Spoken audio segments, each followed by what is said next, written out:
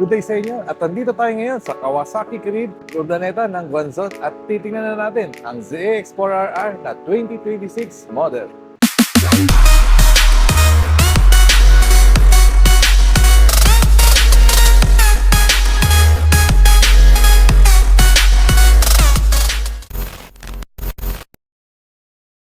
So ito na yung ZX4R 2026 model or new colorway. Papansin niyo is ang pinagkaiba yung mga decals niya, which is ito, blue and white, dating white and orange o yellow. Pero ito hindi ko memorize kung bago to for 2026 o dati pang mega, pero meron siyang air duct na dyan. Nandyan yung flasher, then headlight, twin disc brake with ABS. Yung caliper niya, Kawasaki ang nakalagay. Then sa likod, disc brake din, Nissin naman ang caliper. Para sa stock size ng tires, 120/70, rim 17 sa front. At sa likod naman, 160/60, rim 17 din. Pansin ko talaga may bago eh. Parang ito bago. Kasi sa alam ko lang Yan, sa gilid niya. Yeah.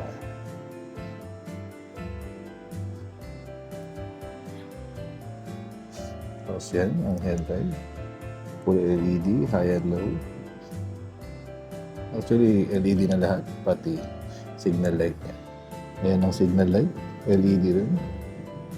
Ayan.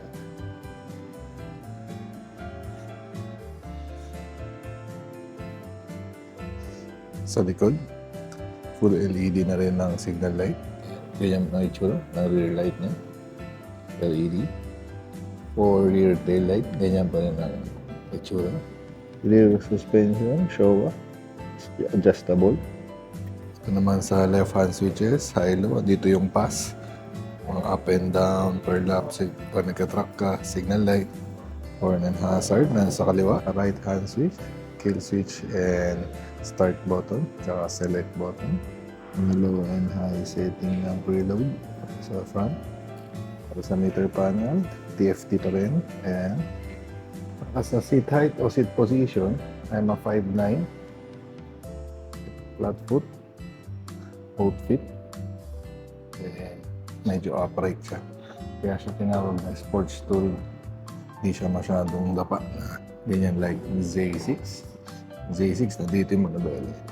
Ito dito. So hindi siya nakakangawi. Kaya pala mabili ito dahil bukod na inline 4, komportable pang gamitin. Ganun. Hindi masyadong pressure sa kamay. Sa mga 5'9" na ganitong body build, ganito yung tsura niya sa ZX4R. Yan. At yan ang ZX4RR 2026 model with the SRP of 505,000. Yes, nag-increase po siya ng 6,000 from 2025 model. Maglalagay na lang ako ng contact details sa description below. Basta big bike kay Guanzon tayo.